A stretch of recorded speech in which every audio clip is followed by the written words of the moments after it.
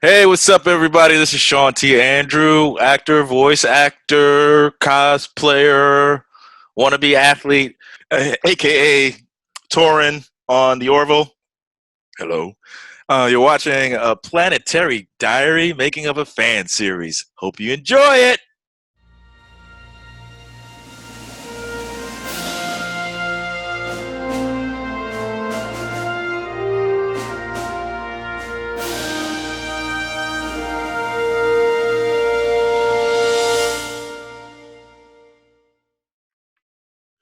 Hey everyone, welcome to A Planetary Diary, the Make Him a Fan series. I'm Eric Moran.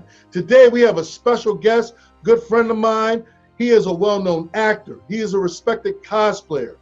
This man is also, who is a jack of all trades, had the opportunity of a lifetime to appear as a special guest star on the Orville. Ladies and gentlemen, I am proud to introduce to you the man, the myth, the legend, the one and only Shawn T. Andrew. What's up, bro? Hey, what's up, man? How's it going? I'm going. Everything's going okay. You handling Considering, things all right?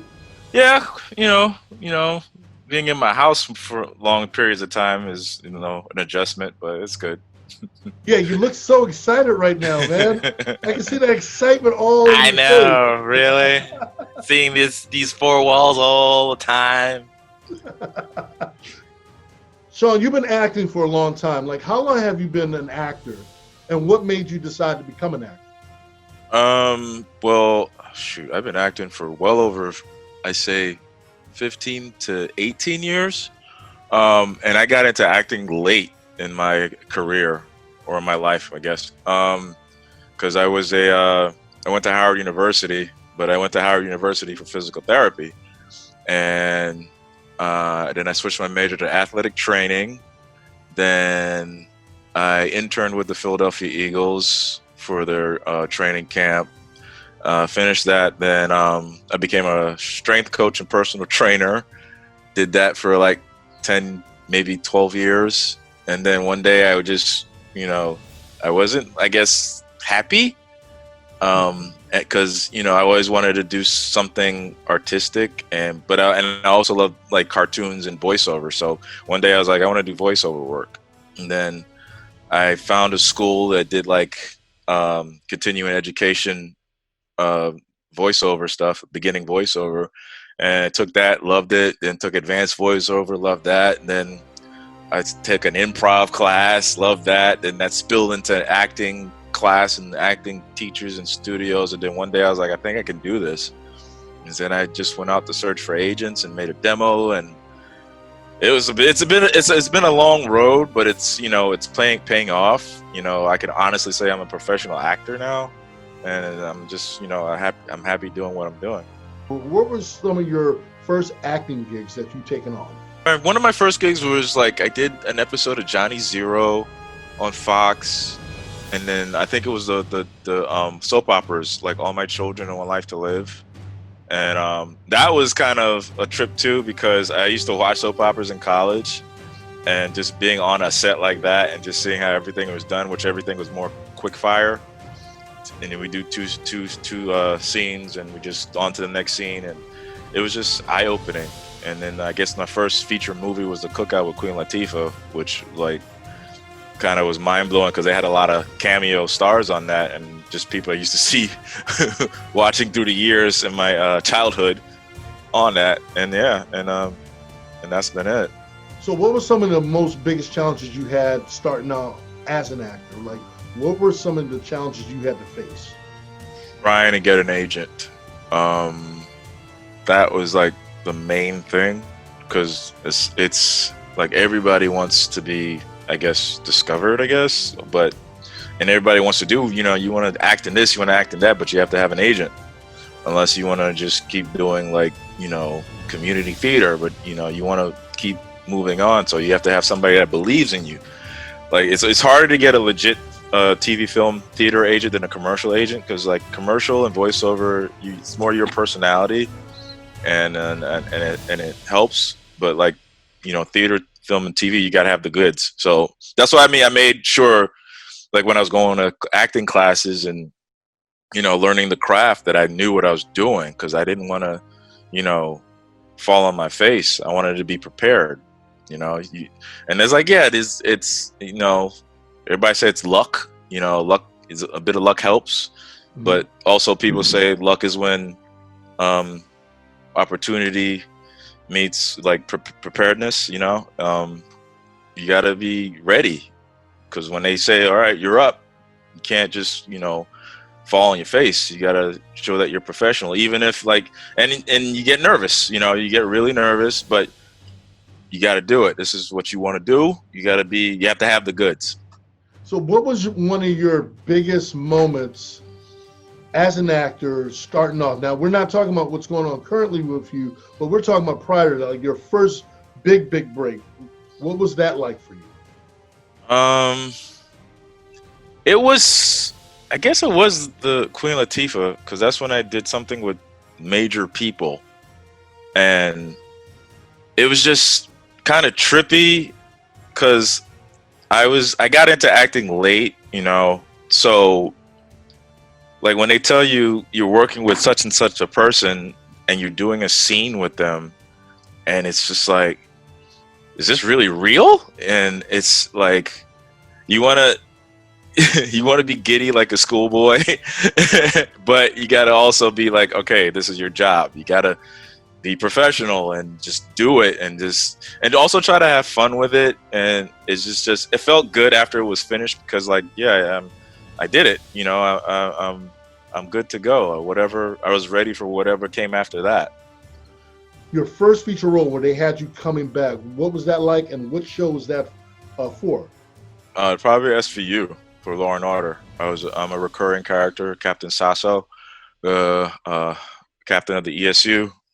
And yeah, when they ask you to come back, and that means you don't have to audition. That's your role. That's like one of the best things in the world, you know. And that's what you kind of strive for, to be you know, a recurring character or part of the cast, and like it's like a form of security, you know. Like, you know, you're kind of established, and it's good because they believe in you and you do good work, and that's, you know, they didn't kill you off. So well, it's so funny when you ever saw Hollywood Shuffle, when that moment when they were like, does your character die? And you're like, no, then it's a good script. Yeah. I mean, I've had a couple of stuff where I died, or when I was arrested, because I did an original Law and Order where I was on a season finale where I killed the assistant district attorney. And then when I read the script, I was like, yep, I'm not coming back on this show. I'm done. This is a one and done. But it's still all fun, though. It's still fun. How does that feel now for you, now that you're like an established actor, that you're in credit role, that you're not just a background character or an extra? How does that feel for you? It feels, you know, it feels awesome. It feels like all the hard work and all the, you know, studying and grinding and doing like 2-3 jobs so you can just have money to go to class, and it's just, you know, the investment, it's paying off, you know, so that makes you feel good. But I mean, it also, the thing with it, I'm still hungry, you know. I'm not satisfied, you know. I worked too hard to get here, so I'm trying to work even harder to stay here, you know. So I'm just gonna keep going as till like they say, till the wheels fall off, you know. For someone who also is a cosplayer, who's been doing it for a long time, what got you into cosplay? Halloween, pretty much. I was always a Halloween was my favorite holiday. I wish it, because my birthday's on October 28th, and I used to tell my mom I wish I was born on October 31st, because that's when I celebrate my birthday, on Halloween. And just like, I started like my first I did like a Skeletor with real chainmail, and then I did you know, the wrestler Sting when he was dressing up as a crow. Yeah. I did that one day. I scared the crap out of my cousin one day. Like, I went to knock on his door, and he looked at the people, and he ran back upstairs because I scared the crap out of him. That's what I knew. I have a gift. So, but the thing was, Halloween was once a year, and then I was like, man, I gotta wait till next. I used to prepare my costumes months in advance, because you know how there's the rush of people going to like stores to get their last minute Halloween costumes, and I had my costume like done. I was like, I used to see the lines and like just watch and laugh, like I got my stuff way past you guys, and then I used to collect comics, and then I think it was New York Comic Con was coming around, and that's the first time I went, and I was like, maybe if I make up this is when I started getting into Ghost Rider, and I was like, and I still was kind of nervous to do it. It was like I used to see people on there dressing up in cosplay. I was like, can I do that? And then it's like, all right, I'm gonna go for it. So I made up a Ghost Rider costume that I had prepared for Halloween. Mm-hmm. So I was like, I'm gonna do this for Comic Con, and I went and I saw all the other cosplayers, and it was a wrap. I was hooked. And I was like, wait a minute, there's other cons during the year that I can do this next month? It was a wrap. I was done. It was like, I was preparing like 2 more, and then I just got into like making, but I have like 4 or 5 Ghost Rider. It's just crazy, man. It's just, and it's an amazing community, it's, and it's fans, and it's, and it's people that you would never think. Once you start talking to people under their mask and what do they do, and it's just so it was awesome. So it's still awesome. How many cosplays have you done so far that you can remember currently up to now? I say 8 or 9 variations of the Ghost Rider cosplay I've done. I mean, I have 4 set versions now, but they've gone through a metamorphosis. Okay. So I'd say maybe 8 to 9. Because when you have a cosplay, you tinker with stuff, you have new ideas, and you change it up. Yeah, But when you're a cosplayer, your mind's always going, so you always have new ideas. Well, yeah, because the thing is, I've done so many different characters. So, and I know your basic love is for Ghost Rider. So that's why I was kind of curious. I was like, well, how many characters? So overall, how many characters have you done? Oh, the characters? I've done Red Skull. I've done Firestorm from Darkest Night. Yeah, I think that's pretty. All my stuff is like skull related. In that way, I love skulls. I have skulls all over the place in my house and stuff like this. I don't know. I have a thing with skulls. What was the most crazy experience you had as a cosplayer, whether it was at a con or just being as a cosplayer? Oh, there's a lot of them, man.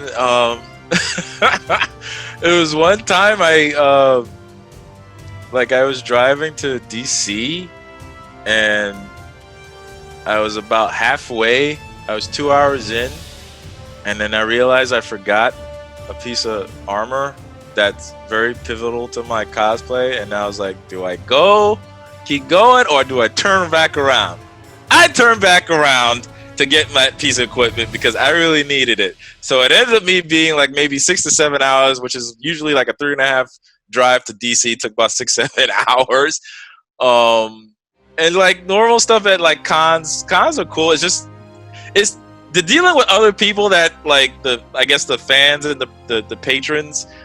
Like this is a cosplayer, like we probably been through the same thing where like you're cosplaying for maybe 3-4 hours, you have all your stuff on, it's time to eat.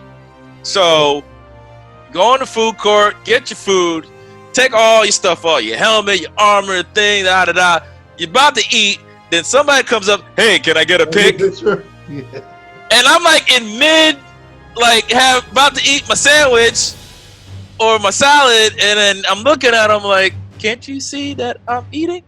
Give me about 10 minutes.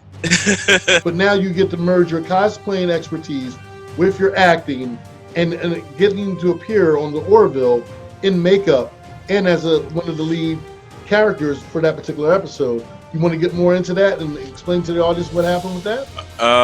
Well, the whole thing was like they shoot the Orville in LA. They had the audition in New York. When I got the audition, from my agent, and I was like, holy crap. Okay. So, and I was already a fan of the show, and even in the breakdown is like it's supposedly for Mocklin. So I made sure like I rewatched old episodes and how the mannerisms of how Mocklin acts and how he talks, and when I went to the audition, I think there were like maybe 5 other guys there with me, but like I was just zoned out and just preparing to do Toren. I did the room, did the audition, felt good. Then about I'd say 4 or 5 days later, I got called and said they want to fly you out. I was like, are you serious? I was like, and my agent was like, yeah, and got a plane ticket, flew out there. They put me in a hotel. I was on set for like 2 weeks. It was surreal. I got on set first when they was doing the makeup. That's my favorite part, the prosthetics and the makeup. Yeah, because cosplay and so I'm in the makeup chair to like jumping around like this, and the makeup artist Richard Quist, he's like a award-winning makeup artist. And first I thought I was gonna be in a makeup chair for like 3 hours or some stuff like that, and then and then it took an hour, and I looked amazing, and I was staring in the mirror a lot, just my face is moving, and it was weird, but it was awesome at the same time, and I was having so much fun.